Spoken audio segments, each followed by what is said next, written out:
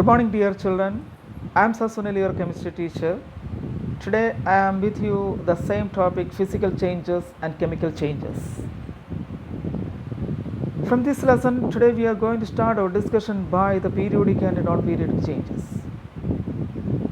Okay, students, yesterday I have given you the last chapter, lesson number 1, question answers in PDF format. I hope you have seen and you started to learn. Okay, students.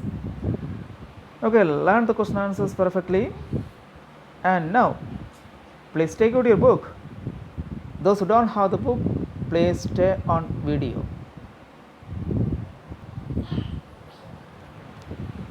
Okay, students, time. Time is precious for us, always. Here, the periodic and non-periodic change is also related to time. You may have seen that the pendulum of a clock. Here you can see a pendulum of a clock, and maybe you have seen that the movement of the pendulum of a clock, that's to and fro motion. Okay, students, the pendulum moves from side to side. The pendulum moves from side to side or to and fro continuously at fixed interval of time. It moves at fixed interval of time. The motion of the pendulum is an example of a periodic change. So we can say that the motion of a pendulum is an example of a periodic change because the pendulum moves in a particular time, in a particular interval of time. As you know that the moon changes phase gradually from full moon to new moon. The moon changes its phase gradually from full moon to new moon and then again to full moon. This change takes place around 28 days. This change takes place over a period of 28 days. The same change is repeated over the next 28 days clearly. So, the phases of the moon are an example of periodic change.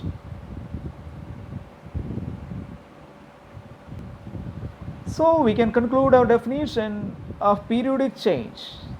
Periodic changes are those take place at a fixed interval of time. Please mark the definition. Periodic changes are those which takes place at fixed interval of time. Now we are going to discuss about the opposite of periodic change, that is non-periodic change. Here the definition, clearly we know that the non-periodic changes are those which do not take place the fixed interval of time. Periodic change means it takes place at a fixed interval of time. But same time, what is non-periodic change? Non-periodic changes are those which do not take place at a fixed interval of time. Examples are the melting of ice. There is no time. There is no particular time for melting of ice, evaporation of water, and curdling of milk, and charring of sugar. Clear? These incidents, these examples, there is no particular time and do not repeat themselves at a fixed interval of time. So, they are non-periodic changes. So, students, you understand now what is periodic and non-periodic changes? First one, it is periodic change, a particular time. It happens in a particular time, but there is no particular time interval for non-periodic changes.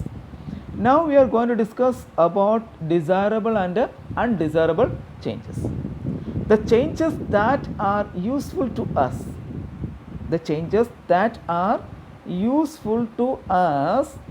are called desirable changes, whereas those that are harmful are called undesirable changes. The changes that are useful to us called desirable changes, and the changes which are harmful to us called undesirable changes.